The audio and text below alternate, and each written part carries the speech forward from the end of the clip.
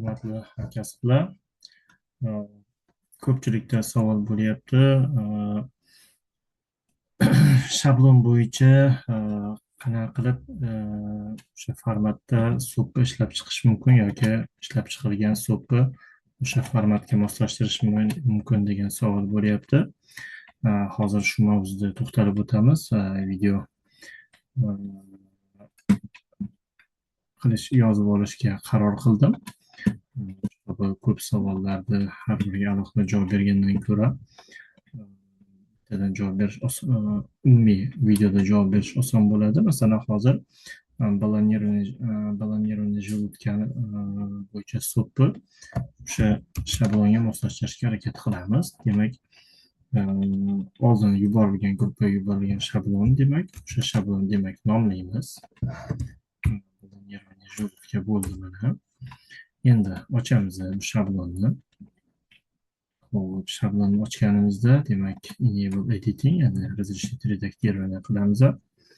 Hop, разрешить redakирование bo'lgandan keyin demak tepa qismiga teginmaymiz, chunki bu yerdagi kodlarni oxirida qo'yamiz. Demak, boshlaydigan joyimiz mana shu joyda nomini o'zgartirishdan boshlaymiz. Mana demak balonirованный желудок, установка желудочного баллона ko'chiramiz.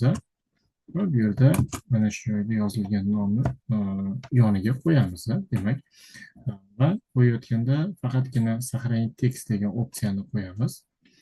Va сохранить только текст opsiyani qo'yib bo'lgandan keyin oldingi предыдущий tekstni удалить qilib tashlaymiz. Hop, demak, agar область применения ответственности o'zgarish bo'lmaydigan bo'lsa, shundoq qoldiramiz.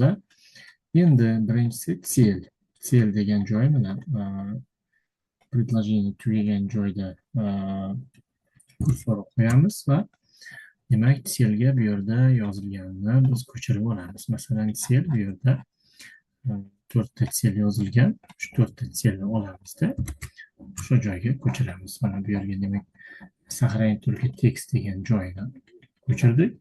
Demak, старый tekstni удалить qilamiz.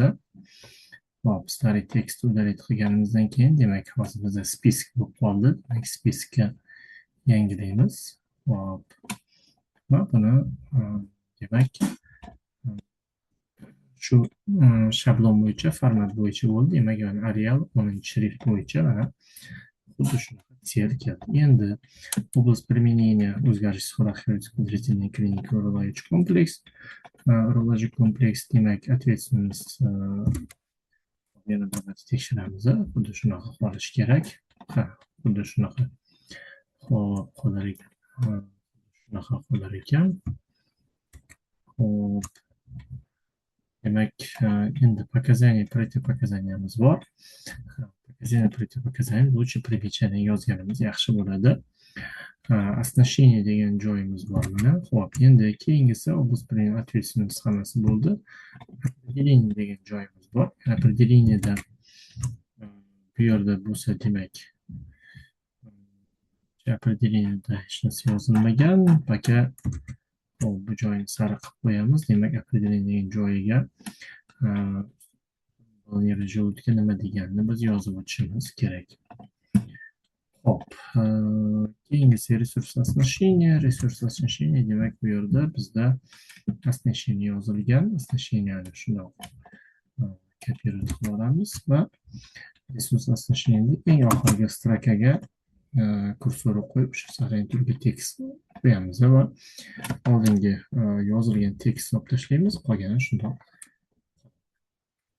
Hop, keyingisi dokumentirование. Dokumentirование demak bu yerda dokumentatsiyada mana yozilgan joyi bor ekan. Demak, buni kopировать qilib olamiz va dokumentirование eng oxirgi qismiga masalan qo'yamiz va demak oldingi eski tekstni olib tashlaymiz. Demak, eski tekstni olib tashlaganimizda bu yerda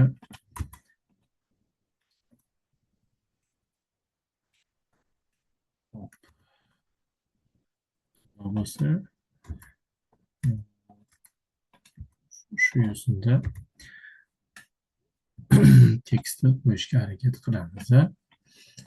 Hop, mana qo'yib chiqdik. Demak, tekst bir qatorda bo'lishi kerak. Demak, bu yerda ham xuddi shunaqa tekstni bir qatorga qo'yib, tekst bo'ldi. Основная часть процедур подготовка пациента degan joyi bor ekan. Demak, tayyorlangan hisobga o'tamiz va metodika выполнения degan подготовка пациента degan joyi bor. Подготовка degan patsientda demak o'sha joyini ko'chirib olamiz. Kopировать qildik va patsientning eng oxirgi strokasiga kursorni qo'yib ставить только текст, сохранить только текст degan joyini biz qoldirdik. Hop, bu yerda metodika выполнения degan joyi bor. Metodika выполнения demak metodika выполнениeni ko'chiramiz va o'sha joyda eng oxirgi strokasiga demak qo'ydik. Va eski tekstni olib tashlaymiz. Eski yerda liniya bor, ortiqcha liniyani olib tashlaymiz. Demak, undan keyin bizda возможно осложнение bor. Возможно осложнение demak yozib qo'yishimiz mumkin. Возможно осложнение demak после процедuraga degan joyiga demak возможно осложнениeni ko'chirdik va возможно осложнениeni ro'yxatini ham ko'chiramiz. Eng oxirgi предложениеga сохранить только текст deganni qo'yishimiz kerak. Va сохранить только текст qilib, предыдущий tekstni olib tashlaymiz. Примечание. Примечание противопоказания. Противопоказания bor. Demak, bizda yozilgan показания противопоказанияni примечаниеga demak ko'chiramiz. Demak, mana показанияni o'zini ko'chiramiz.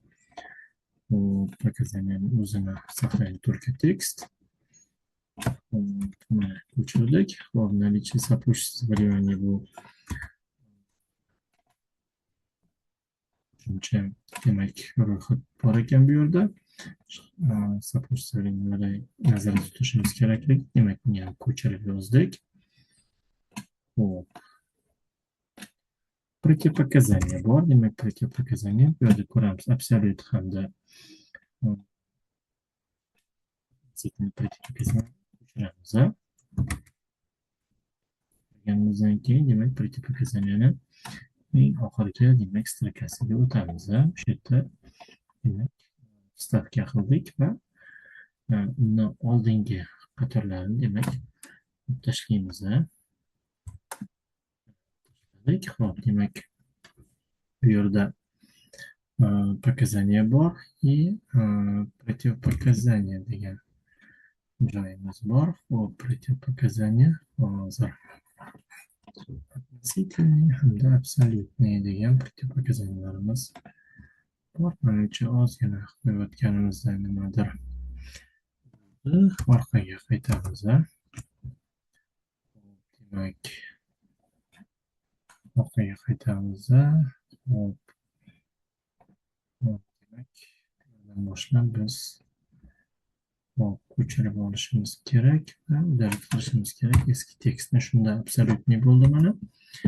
Va albatta bu yerda относительный bo'ldi. Demak, absolyutniyda kursiv bilan belgilashimiz mumkin. Jurni qilishimiz mumkin. Относительныйni ham xuddi shunaqa jurni kursiv qilishimiz mumkin. Va относительный ro'yxatini yana birdan boshlaymiz. Shunda hammasi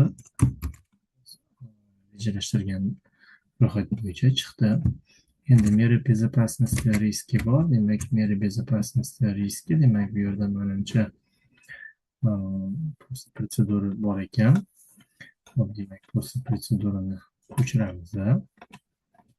Hop, protsedurani ko'chirib qo'yamiz. Demak, hop, после процедуры demak metodika выполнения keyin bo'ladi. Bu yerda protsedurani qo'ydik. ozgina demak buzib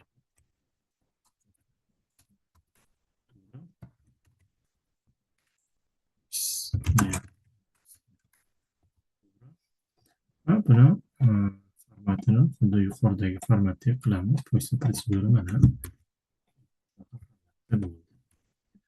ana endi chaniyamiz bo'ldi. Meri bezopasnosti riski, demak bu yerda izlaymiz meri bezopasnosti risk. Demak bu yerda yo'q bo'lganligi uchun buni sar qilib qo'yamiz va mutaxassislardan iltimos qilamiz meri bezopasnosti riskini ushbu jarayon uchun yozib o'tishliklarini. Undan keyingisi demak bu yerda источник literatura berilmagan. Источник literatura berilmagani uchun ham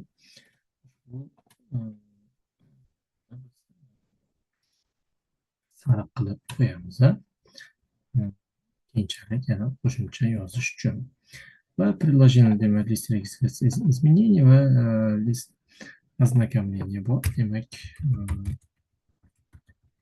ko'rsatadigan bo'lsak ozgina birinchi приложениeni mana demak o'sha stranitsiyaga keldi. Demak endi agar biz masalan hozir dokumentlarni bosadigan bo'lsak, dokumentlarga o'tyapti. Область применения приложение bo'lsa, приложениyaga o'tyapti. Agar bir qo'limda demak kontrol tugmasini ushlab turibman va kontrol tugmasini ushlab masalan list ознакомления bosadigan bo'lsam, list ознакомлениyaga o'tyapti. Buni demak yuborilgan shablon bo'yicha yangi SOP, ya'ni balonirованный желудка bo'yicha SOP tayyor. Qolgan SOPlarni ham shu yo'sinda format va shrift bo'yicha moslashtirishingizni iltimos qilamiz. Hammaga kattakon rahmat.